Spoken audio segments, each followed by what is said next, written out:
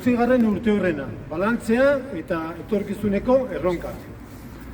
Nola ez, 2026 urte zoriontsua eta onuragarria opa dizuegu.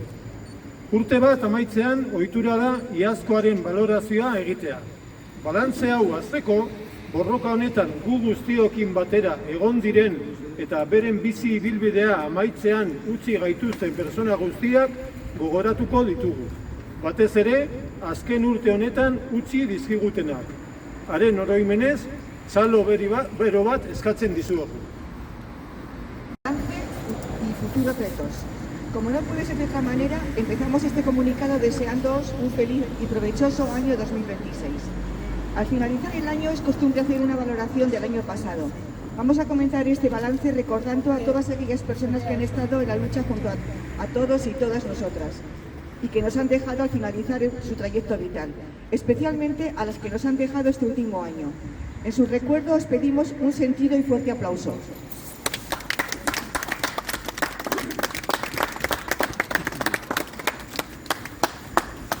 Joan den urtarrilatzeko eta eraisteko estrategia aldatu zen. Gure pensioak izugarri murrizten zituzten erreformekin. 2018 urtea zen, eta harrezkero Euskal Herriko pentsiodunen aldarrikapen eta mobilizazio gaitasuna garatzen ari gara. Herri borroketan parte hartu dugu, hala nola Palestinako genozidio zionistaren salaketan eta lanbide arteko gutxieneko soldata propio baten aldeko borroka sindikalean lagundu dugu.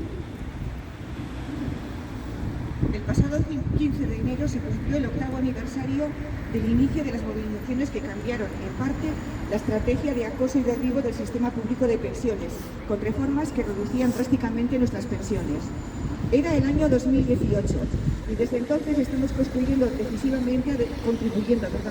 decisivamente a desarrollar la capacidad reivindicativa y de movilización de las personas pensionistas de Euskal Herria. Hemos participado en luchas populares como la denuncia del genocidio sionista en Palestina y apoyado la lucha sindical por un salario mínimo interprofesional propio.